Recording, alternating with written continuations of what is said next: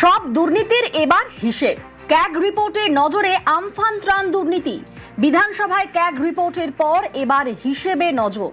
CAG রিপোর্টে Amphan ত্রাণে একাধিক বেনিয়মের অভিযোগ। ত্রাণের হিসেবে গড়মিল। আমাদের সঙ্গে আবির রয়েছেন প্রতিনিধি। আবির, 2020 সালে আমফান, যেখানে রাজ্যে 16টি জেলা ক্ষতিগ্রস্ত হয়, তাদের জন্যই ত্রাণ, সেই ত্রাণে ব্যাপক দুর্নীতি, হিসেবে গড়মিল। কি বলছে হিসেব? হিমশৈলের চূড়ামাত্র যেটি এখনো পর্যন্ত জানতে পারা যাচ্ছে, এবং প্রশাসনিক আধিকারিকদের একাংশ বলছে যে আমফান বা বুলবুলের মতো যে ঘূর্ণিঝড়গুলি ছিল তার জন্য যে অর্থ বরাদ্দ হয়েছিল তাকে ঘিরে যে ধরনের অর্থ নয়ছয় করা হয়েছে, বা যে ধরনের অর্থ যাদের পাওয়ার কথা, মানে উপভোক্তারা যারা রয়েছেন তাদেরকে বাছাই করার ক্ষেত্রে যে ধরনের ভূমিকা দেখানো হয়েছে তা অত্যন্ত খারাপ একটি উদাহরণ দৃষ্টান্ত হয়ে গিয়েছে। তো সেই রিপোর্টই তারা তুলে ধরার চেষ্টা করেছেন। মোট 35,018 কোটি টাকা তৃণমূল কংগ্রেসের সরকারের তরফ থেকে দাবি করা হয়েছিল, এবং এর মধ্যে 2,708 কোটি টাকা দেওয়ার সুপারিশ করেছিল হচ্ছে কেন্দ্র। কিন্তু ক্ষয়ক্ষতির যে মূল্যায়ন সেটা বাড়িয়ে দেখানোর অভিযোগ তোলা হচ্ছে এই রিপোর্টে, এবং সেখানে বলছে যে প্রথম মাসে যে অনুদান দেওয়ার কথা বলা হয়েছিল, পরে সেটা নীতি বদলে অনুদানের আংশিকটা কমিয়ে দিয়েছিল, এবং তারা বহু অ্যাকাউন্ট চিহ্নিত করেছেন, এবং সংখ্যাটা প্রায় 1,45,000-এর কাছাকাছি এই সমস্ত ভুতুড়ে অ্যাকাউন্ট গুলোতে টাকা গিয়েছে। এবং এই অ্যাকাউন্টে টাকা যাওয়ার পরিমাণ 1 টাকা, 2 টাকা বা 10,000 টাকা পর্যন্ত নয়, 125,60,00,000 টাকা গিয়েছে। এমনকি যে উপভোক্তা, যেটা আমফানের পাশাপাশি বুলবুল নিয়েও হয়েছিল ঘূর্ণিঝড়, সেখানেও দেখতে পাওয়া যাচ্ছে যে বুলবুলের তালিকাতে 5,627 জনকে আমফানের টাকা দেওয়া হয়েছে, কিন্তু বুলবুলে ক্ষতিগ্রস্তদের আমফানের জন্য ত্রাণে 2,42,00,000 টাকা। কিন্তু একটা খাতের টাকা অন্য খাতে যাবে কি করে, সেটা তো যাওয়ার কথা নয়। এবং প্রত্যেকটা ক্ষেত্রেই তারা যে কি কাজ করলেন সেই কাজের একটা হিসেব দিতে হয়, সেই হিসেবও সেই অর্থে দেওয়া হয়নি। দক্ষিণ 24 পরগনা, নদিয়া, পশ্চিম পূর্ব মেদিনীপুর সে সমস্ত জেলাতে উপভোক্তাদের তালিকায় থাকা যে ব্যাংক অ্যাকাউন্টের নম্বরের সঙ্গে প্রকৃত লেনদেনের অ্যাকাউন্টের নম্বরের মিলই খুঁজে পায়নি হচ্ছে সিএজি। এবং তারা বলছেন যে 2019 সালে যে বুলবুল ঘূর্ণিঝড় হয়েছিল সেখানকার উপভোক্তাদের তালিকা ব্যবহার করে 5,627 জনকে প্রায় 3 কোটি টাকার কাছাকাছি তাদেরকে উদ্যান পালন সহায়তা দেওয়া হয়েছে, যা আমফান পরবর্তী সহায়তা প্রকল্পের ক্ষেত্রে একটা গুরুতর প্রশাসনিক ত্রুটি বলে সিএজি তাদের রিপোর্টে উল্লেখ করেছে। তুমি জানো যে একেবারে শনিবার দিনকেই সিএজির যে রিপোর্ট রাজ্য বিধানসভাতে তা জমা দেওয়া হয়েছে, এবং আগস্ট মাসের শুরুতে স্পেশাল অধিবেশন বসতে চলেছে সিএজি রিপোর্ট নিয়ে আলোচনা করার জন্য। কিন্তু তার যে খন্ড খন্ড অংশ জানতে পারা যাচ্ছে, তাতে দেখতে পাওয়া যাচ্ছে যে এই আমফান ঘূর্ণিঝড়কে কেন্দ্র করে সিএজি রিপোর্টে ব্যাপক দুর্নীতির খোঁজ মিলেছে। শুরুতেই যেটা আমি বলছিলাম যে প্রশাসনিক আধিকারিকদের একাংশ বলছেন এটা শুধুমাত্র হিমশৈলের চূড়া মাত্র। বেশ, ধন্যবাদ আবির।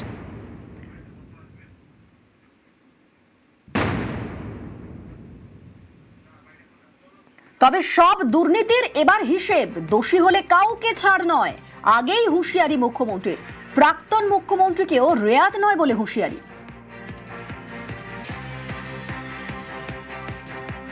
আরো বেশ কিছু তথ্য আছে, আমরা প্রয়োজন মতো সেগুলো প্রকাশ করব। যেমন আমফানের ক্যাগ রিপোর্ট, যেমন কোভিডে মেডিকেল ইকুইপমেন্ট পারচেজ রিপোর্ট, সব তথ্য আমার কাছে আছে। তথ্য আমি বের করেছি, পাবলিক ডোমেনে আসা উচিত, বিধানসভার টেবিলে আসা উচিত, এবং আপনারা যা যা ধ্বংস এখানে করে গেছেন এটা পশ্চিমবঙ্গের লোককে জানানোর দায়িত্ব আমাদের সকলের। আমরা সে কাজটা করব। 2020-তে ঘূর্ণিঝড় আমফানে ব্যাপক ক্ষয়ক্ষতি হয়। প্রধানমন্ত্রীর তহবিল থেকে বিপর্যয় মোকাবিলায় অর্থ সাহায্য, সেই ত্রাণের টাকা নয়ছয়ের অভিযোগ ওঠে। করোনাকালেও দফায় দফায় দুর্নীতির অভিযোগ ওঠে।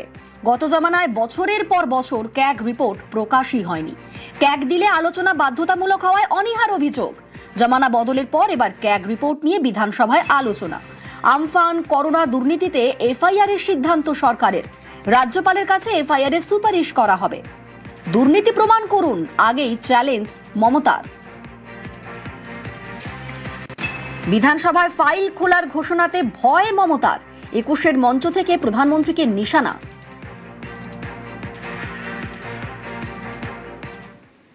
এখন আবার দেখছি কোভিড নিয়ে তদন্ত করবে, করুন। আমি চাই নরেন্দ্র মোদী আগে ফাঁসবে, আমরা আমরা তখন চিফ মিনিস্টার ছিলাম, ভিডিও কনফারেন্স করে একটা কোম্পানির নাম ব্র্যাকেট করে গোল করে এখান থেকে এই কোম্পানি থেকে কোভিডের ইনজেকশন নিতে হবে, এটা যিনি বলেছিলেন তার নাম ভারতবর্ষের প্রধানমন্ত্রী মোদিজি।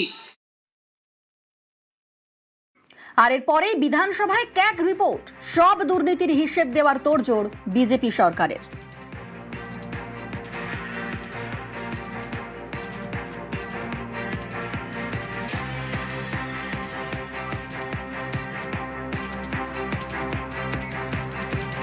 মমতা বন্দ্যোপাধ্যায়ের যে বক্তব্য 21-এর মঞ্চ থেকে প্রধানমন্ত্রীকে নিশানা, তারপরে বিধানসভায় ক্যাগ রিপোর্ট, সব দুর্নীতির হিসেব দেওয়ার তোড়জোড় বিজেপি সরকারের।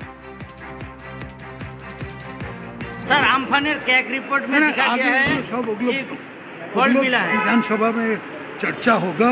सर স্বচ্ছতা নিয়েও প্রশ্ন উঠছে, স্বচ্ছতা দুর্নীতি এই আম্ফানের সবকিছু নিয়ে দুর্নীতি অনেক আছে, সেগুলো 28টি রিপোর্ট আমরা দিয়েছি, টেবিল করেছি। এখন সেগুলো সবাই পড়ে হজম করুক, তারপরে এক এক করে যা করার করব।